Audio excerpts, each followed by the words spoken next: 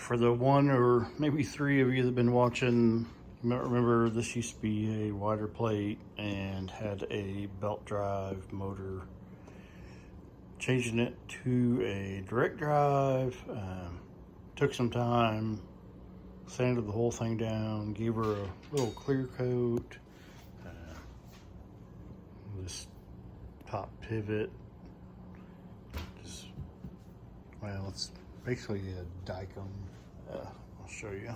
It's just Dicom blue. That's what it was before, and it never rusted, so went back with it and actually did the whole thing. We got the motor square to this plate. The whole frame is square to the motor.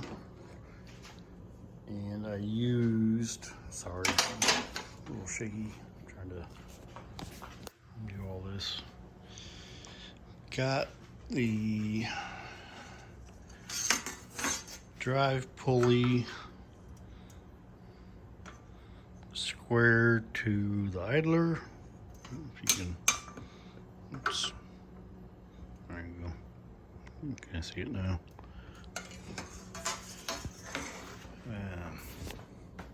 Really, we've got everything on the motor ready to go.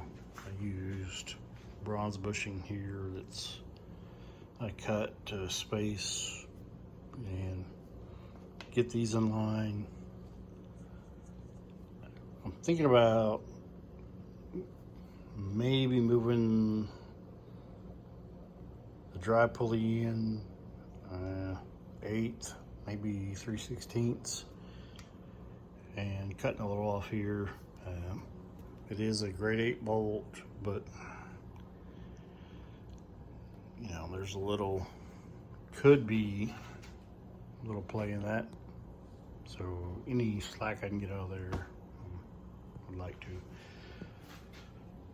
Next video will be fixing, well, basically making all my arms or my tooling attachments fit this new spacing. I think, well,